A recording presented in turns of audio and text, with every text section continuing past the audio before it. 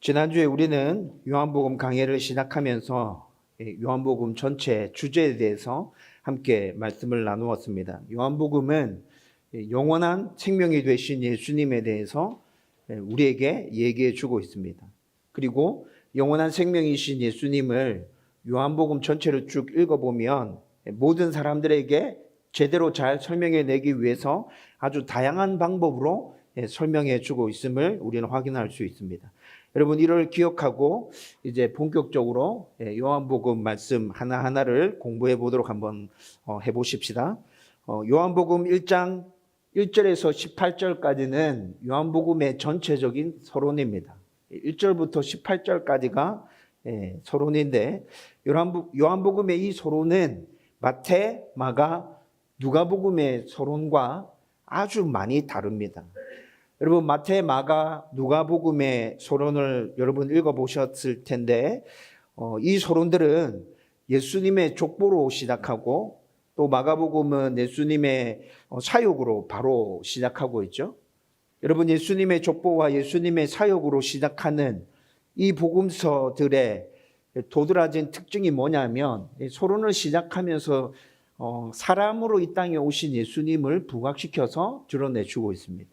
그런데 요한복음의 서론은 어떻게 시작하죠? 요한복음의 서론은 아주 일방적으로 예수님이 하나님이심을 선포하면서 시작하고 있습니다.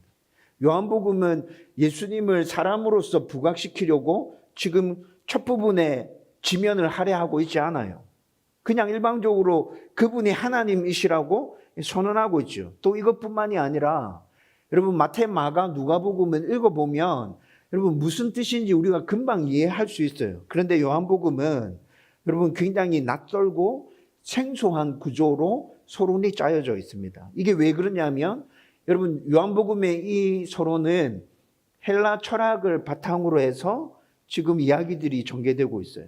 그래서 헬라 철학을 제대로 이해하지 못하면 요한복음을 이해하는 게 굉장히 어렵습니다.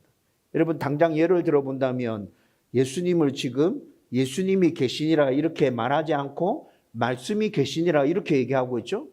아니 왜 예수님이 계신다고 얘기하면 더 이해가 빠를 텐데 왜 말씀이 계신다고 하고 있지? 여러분 여기서부터 꼬이거든요. 여러분 그런데 말씀이 계시니라는 이 표현은 헬라 철학이 그때 그 당시에 밑바탕 사회 전반적으로 깔려 있는데 그 헬라 철학 사상에 녹여져 있는 사람들이 이 말씀을 들을 때는 금방 이해가 되었다고요. 여러분 이런 특징이 있기 때문에 요한복음을 읽으면서 이해내는 건 되게 어렵습니다. 여러분 성경은 모든 사람들이 읽고 이해할 수 있도록 기록되었다고 성경이 계속 우리 가운데 얘기해 주고 있잖아요. 네, 물론 그렇습니다. 물론 그런데 여러분 성경을 또 읽으면서 우리는 한편으로는 어렵다. 무슨 말인지 잘 모르겠다. 이렇게 느끼는 것 또한 사실입니다. 여러분 성경이 어렵다고 느껴주시는 분이 혹시 계시다면 우리 가운데 지혜를 주시는 성령 하나님께 간구하고 여러분들의 모든 생각과 여러분들의 모든 것들을 다 집중해서 차근차근 생각하면서 성경을 읽어가 보십시오.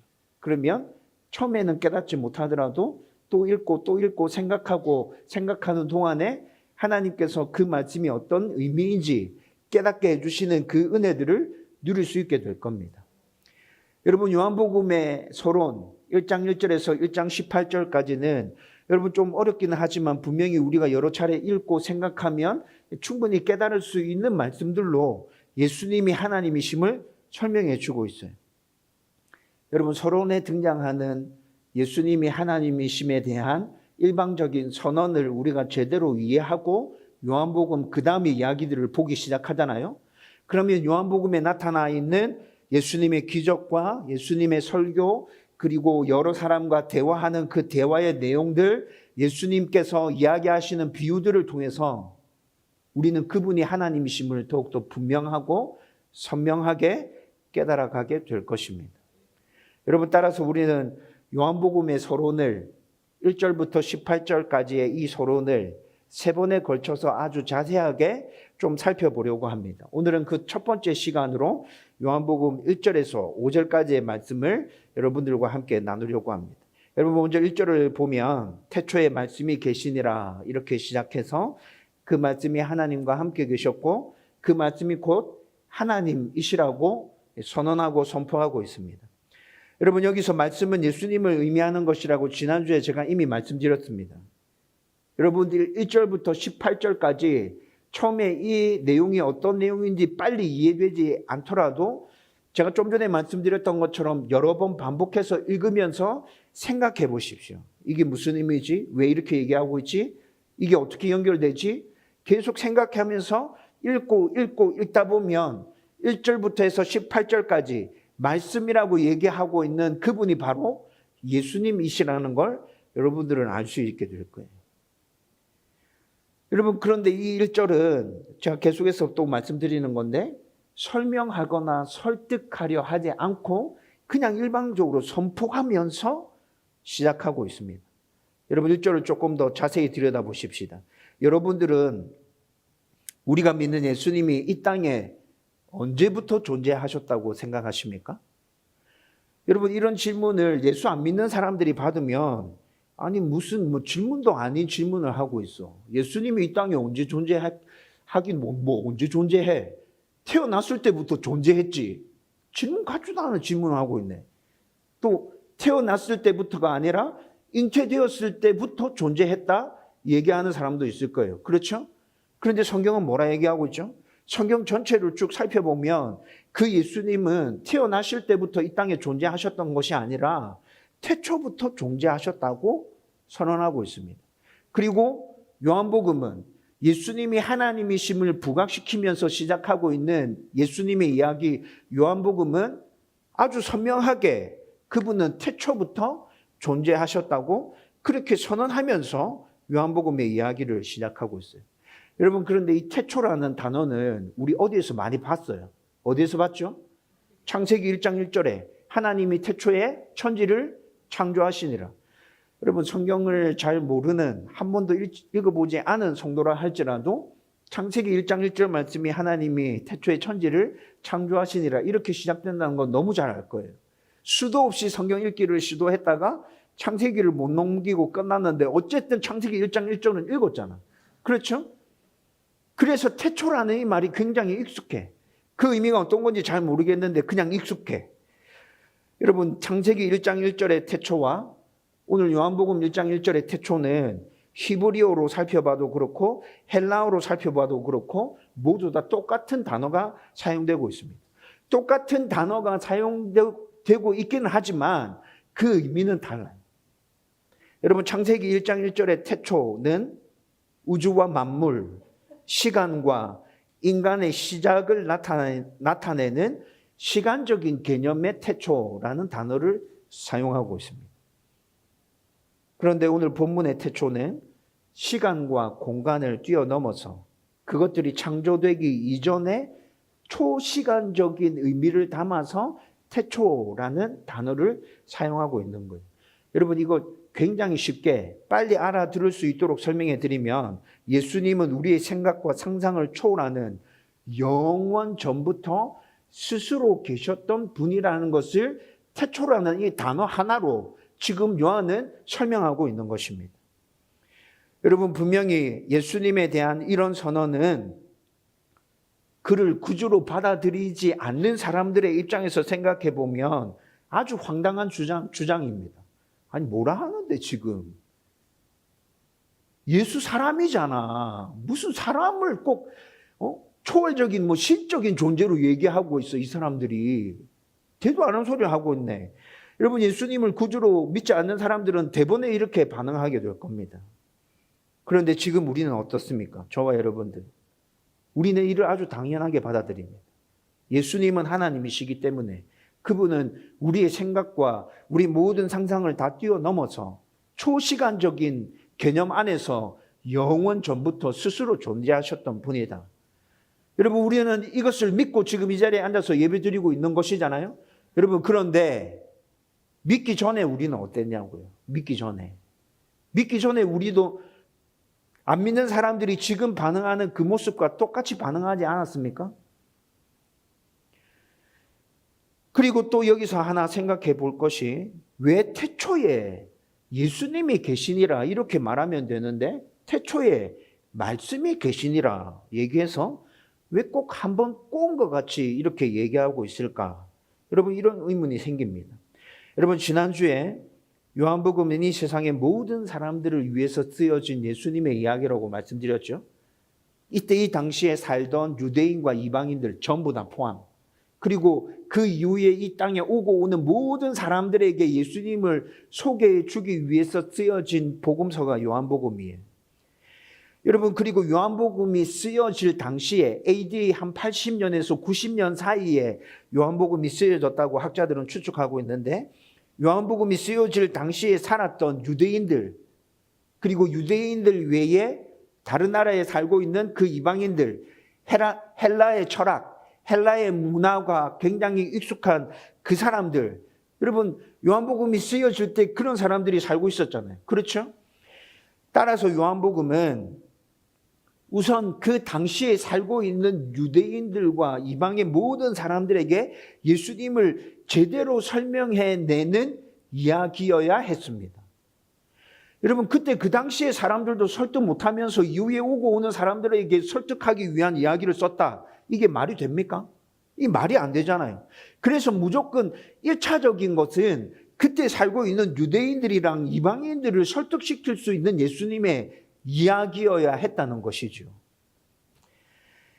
여러분, 당시 살고 있는 모든 사람들에게 예수님을 잘 설명해 주는 이야기라면 그 이후에 오는 사람들에게도 역시나 예수님을 잘 설명해 줄 수 있을 거예요.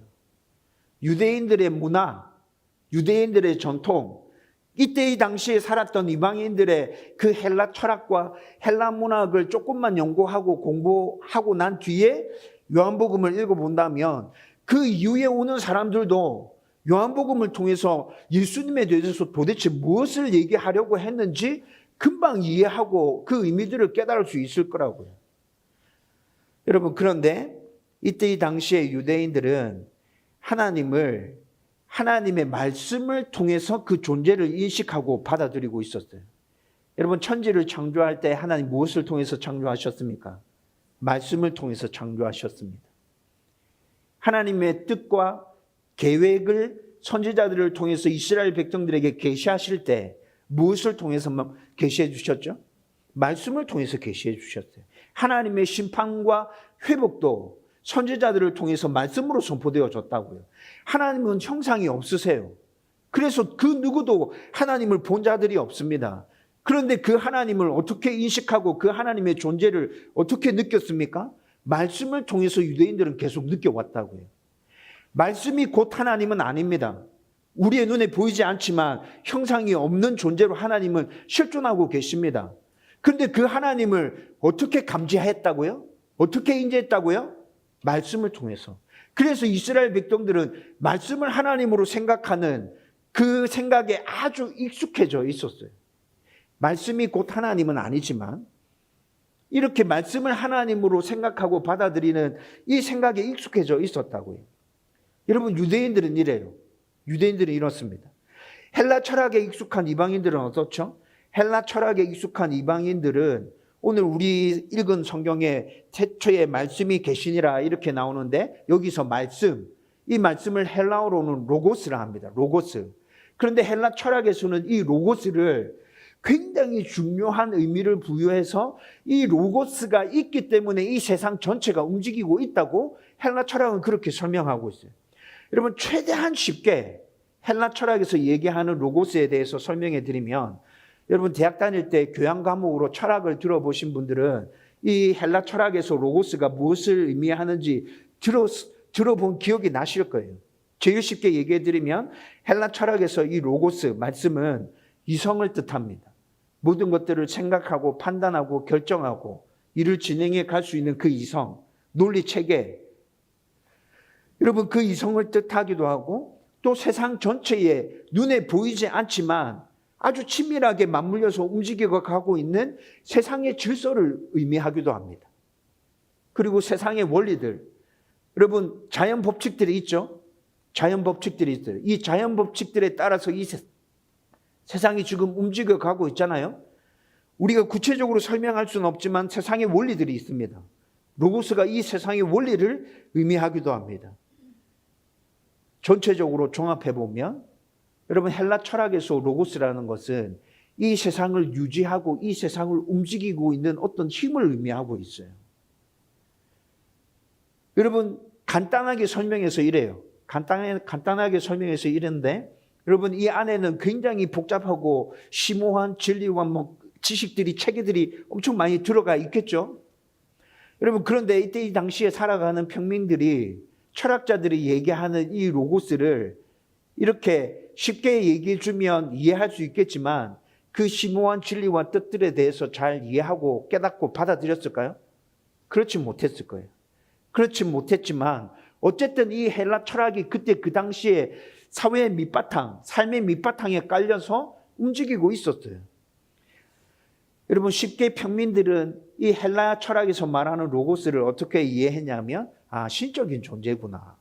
뭐 이성이다 얘기하고 질서다 얘기하고 원리다 얘기하고 세상을 움직이는 힘이다 얘기하는데 그거는 도무지 내가 완전히 다 이해할 수 없고 그냥 신적인 존재가 뭔가 있어서 이 세상이 유지되고 있다는 거구나. 여러분 이때 이 당시에 살아가는 헬라 철학에 익숙한 이방인들은 그 로고스를 그렇게 받아들였다고요. 말씀을 그렇게 받아들였다고요. 여러분 그러면 이제 더해서 한번 생각해 보십시다. 여러분 유대인들은 말씀을 하나님으로 받아들입니다.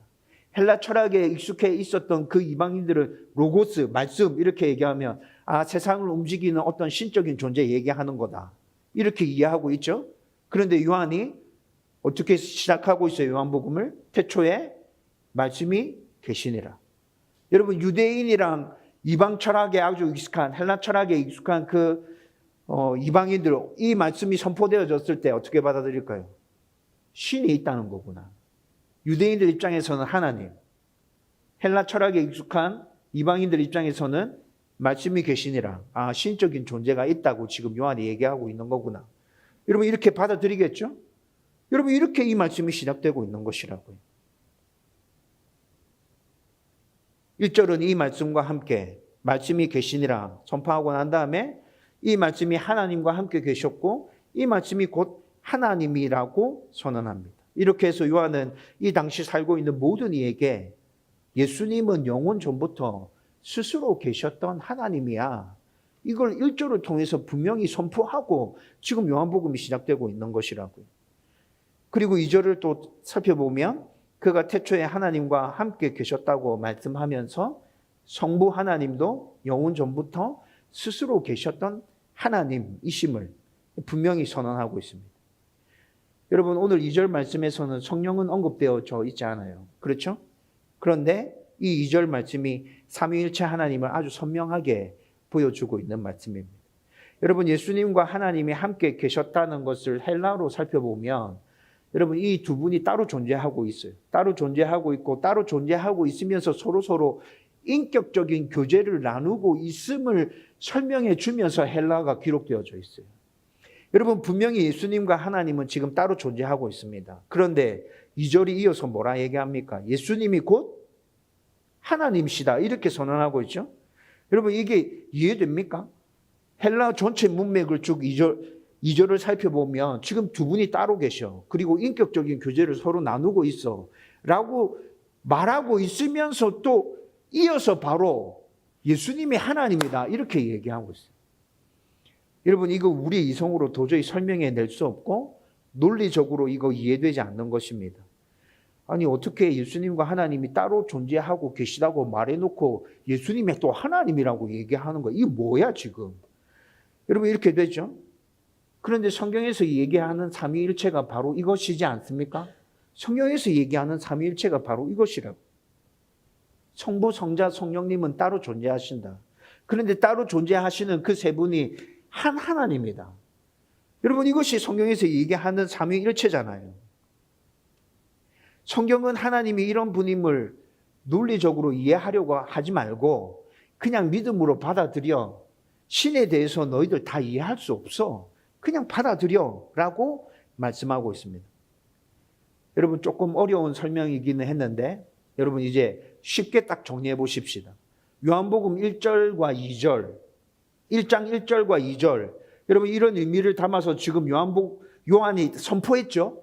선포했는데 1절과 2절에 담긴 핵심적인 의미는 뭡니까? 요한이 지금 유대인들에게, 이방인들에게 하고 싶은 얘기는 뭐예요? 1절과 2절을 통해서 예수님은 영원 전부터 스스로 계셨던 하나님이시다. 여러분 1절과 2절의 설명이 복잡하긴 했지만 딱 떨어지게 이것이라고요. 예수님은 영원 전부터 스스로 계셨던 하나님이셔요. 내가 지금부터 그분을 설명하기 시작할 거야. 많은 사건들, 비유들, 기적들, 그리고 그분이 여러 사람과 나누었던 그 대화를 통해서 이분이 영원 전부터 스스로 계셨던 하나님이심을 내가 증명하기 시작할 텐데, 그 증명을 이야기하기 전에 너희들이 알아야 될 건 이거야. 그분은 영원 전부터 스스로 계셨던 하나님이에요. 여러분 이것을 선언해 놓고 지금 요한복음의 이야기가 출발하고 있다는 것이죠.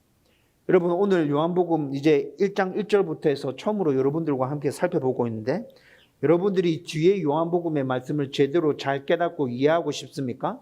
그러면 오늘 첫 번째 이 사실을 여러분들 가슴에 새겨야 합니다. 예수님은 영원 전부터 스스로 계셨던 하나님이시다. 요한복음은 지금 그 하나님이신 예수님에 대한 이야기를 우리 가운데 풀어서 보여줄 것이다.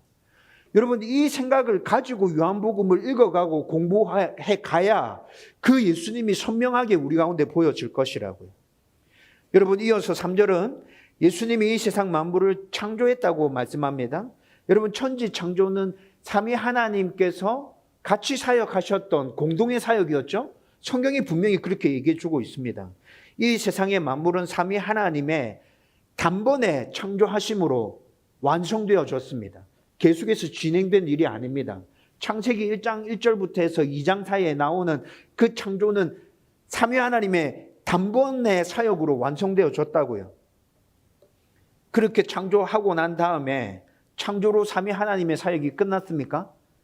또 성경이 우리 가운데 얘기해 주는 건 그렇게 삼위 하나님의 공동의 사역으로 창조되었고 이후에 이 세상 만물이 제대로 유지되고 움직이도록 보존의 사역을 하고 계시는데, 그 보존의 사역도 삼위 하나님께서 공동으로 사역하고 계신다. 여러분 성경이 이것에 대해서도 우리 가운데 얘기해 주고 있습니다. 창조뿐만이 아니라 이 세상 만물을 보존하는 것 역시나 삼위 하나님의 공동 사역으로 이루어지고 있다. 여러분 3절이 이것에 대한 선언입니다. 3절 이렇게 얘기합니다. 만물이 그로 말미암아 지은 바 되었으니 지은 것이 하나도 그가 없이는 된 것이 없느니라. 여러분 창조 사역이 진행될 때 누구도 함께 있었다는 이야기인 거죠. 예수님도 그분들과 함께 계시면서 이 사역을 했다는 거예요.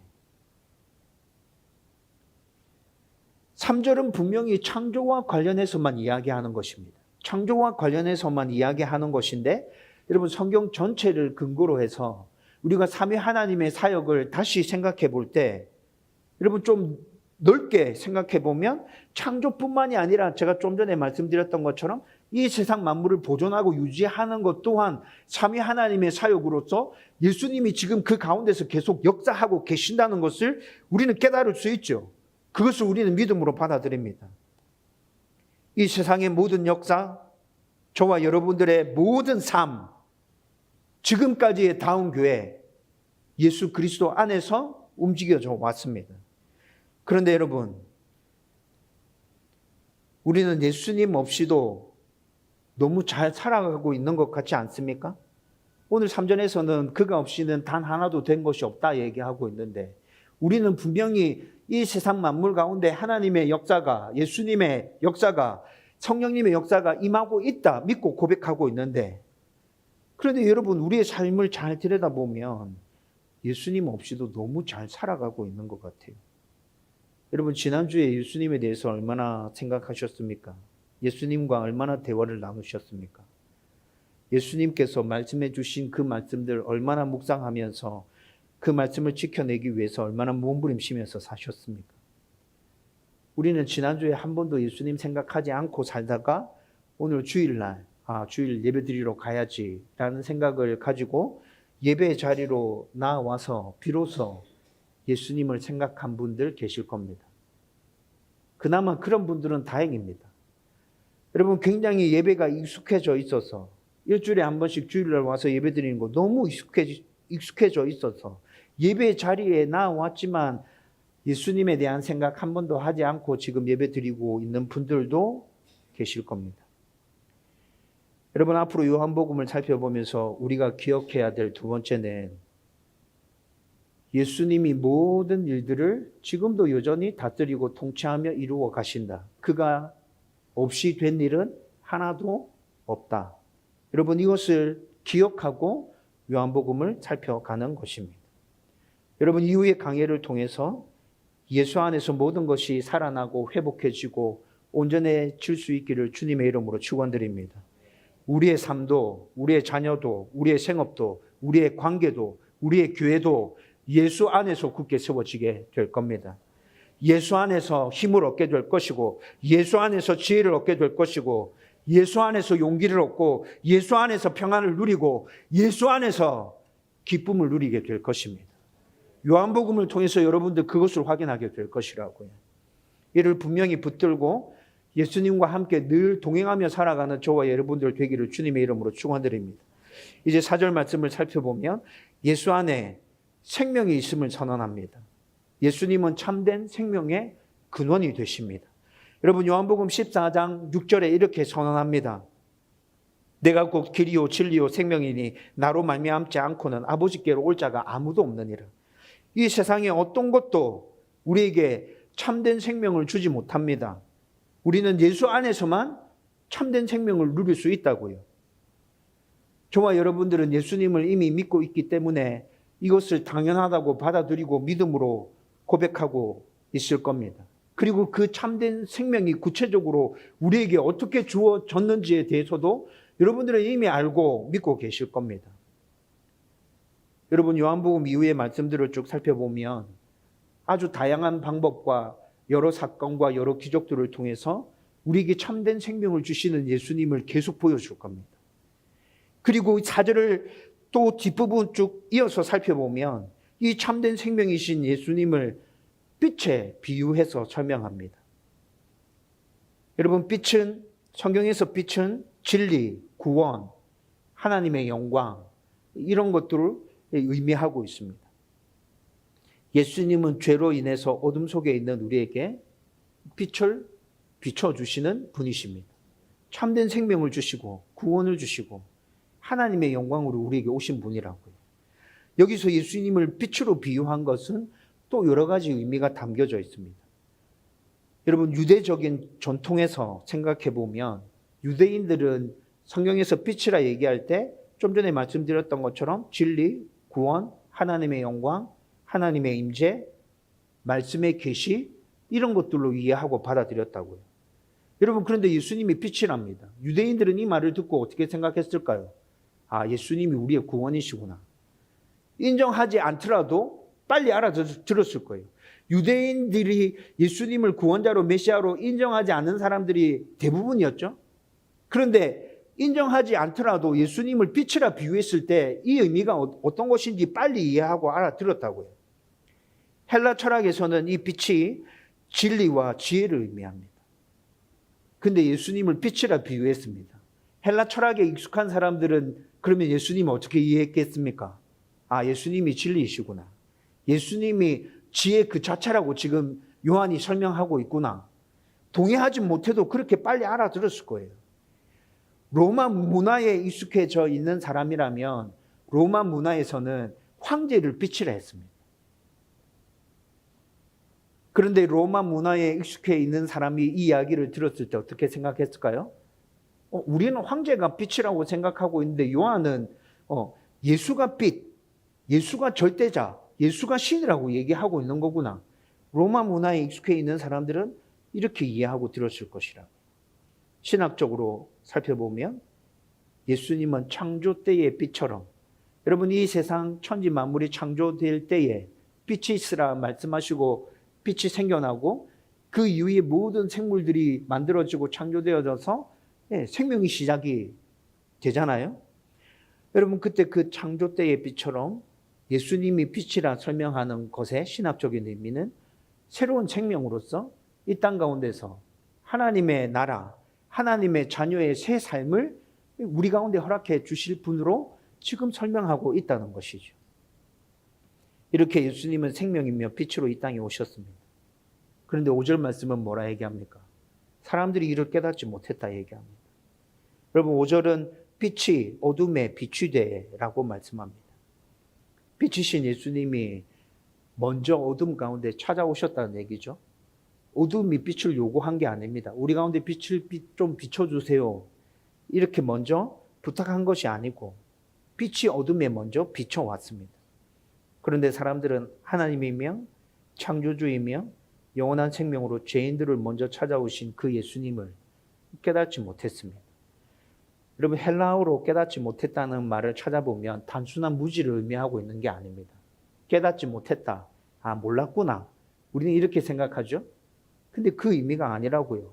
깨닫지 못했다라는 이 말은 거부하고 부정하고 밀어내고 핍박하고 박해했다는 뜻이 함께 담겨져 있습니다. 헬라어 의미에서는 그것이 분명하게 드러나고 있습니다. 여러분 사람들이 예수님을 이렇게 거부한 이유는 죄 때문입니다. 어둠을 더 사랑했기 때문입니다. 죄를 더 사랑했기 때문입니다. 요한복음 3장 19절에서는 이를 이렇게 얘기합니다. 그 종죄는 이것이니 곧 빛이 세상에 왔으되 사람들이 자기 행위가 악함으로 빛보다 어두움을 더 사랑한 것이니라.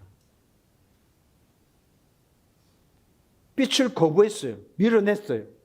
필요 없다 했어요. 그러나 빛은 결코 사라지지 않습니다. 절대로 빛이신 예수님이 먼저 우리를 그냥 떠나지 않는다고요. 우리가 아무리 막고 커튼을 치고 빛을 다 가려도 하나님의 빛, 예수님의 빛은 항상 우리를 향해서 계속 비춰주고 있습니다. 우리가 담을 걷어내고 커튼을 걷어낼 때 그 빛은 여지없이 우리 가운데 비춰질 것이고 그 빛 안에서 우리는 새로워지고 거듭난 삶을 이어가게 될 것입니다. 어둠이 아무리 짙어도 절대로 그 어둠은 빛을 이길 수 없습니다. 빛은 반드시 승리합니다. 여러분 저와 여러분들이 요한복음의 말씀을 살펴가는 동안 이 사실을 분명히 기억해야 합니다. 여러분 이제 말씀을 정리하려고 합니다. 요한복음의 서론은 설명이나 설득 대신에 일방적인 선언으로 이렇게 시작하고 있습니다. 여러분 1절부터 18절까지가 요한복음의 서론이라고 제가 말씀드렸죠. 여러분 1절부터 18절까지 전체 다 한번 읽어보십시오. 설명하지 않습니다. 그냥 계속 일방적으로 이렇게 선포합니다. 예수님은 태초부터 계셨던 하나님이시다. 영원 전부터 스스로 계신 하나님이셨다. 우리가 믿는 예수님은 단순한 인간이 아니라 창조주이시다. 예수님 없이 된 것 아무것도 없다. 지금까지도 그랬고 앞으로도 계속 그럴 것이다. 하나님이신 예수님은 생명의 빛으로 이 땅에 오셨다. 예수님 안에서만 참된 생명을 누릴 수 있다. 아무리 이 세상이 그 빛을 거부하지만 그 빛이 결국에는 승리하고 말 것이다. 그 빛이 항상 너희들에게 비출 것이다. 여러분 오늘 살펴본 1절에서 5절까지의 내용은 이렇게 정리됩니다. 여러분 요한복음을 공부하는 우리는 이 사실을 분명히 기억하고 이 선포가 어떻게 이루어지는지에 관심을 가지고 계속해서 요한복음의 말씀을 살펴볼 수 있었으면 좋겠습니다. 그리고 빛이신 예수님을 온전히 받아들임으로 어둠을 몰아내고 영원한 생명을 소유하고 기쁨과 즐거움 가운데 저와 여러분들이 살아갈 수 있었으면 좋겠어요. 최종적으로는 우리도 빛 되신 예수님을 따르고 그 빛을 세상 가운데 비추어서 세상을 좀 밝게 만들고 바꿀 수 있었으면 좋겠어요. 저와 여러분들 그렇게 살라고 이 세상에 계속 남겨놓고 계속해서 하나님의 말씀에 순종하는 몸부림을 요구하고 있는 것 아닙니까? 저와 여러분들이 이 사실을 분명히 깨닫고 그렇게 살아가고 요한복음의 말씀을 통해서 그 은혜들이 더욱더 풍성하게 누려지기를 주님의 이름으로 축원드립니다.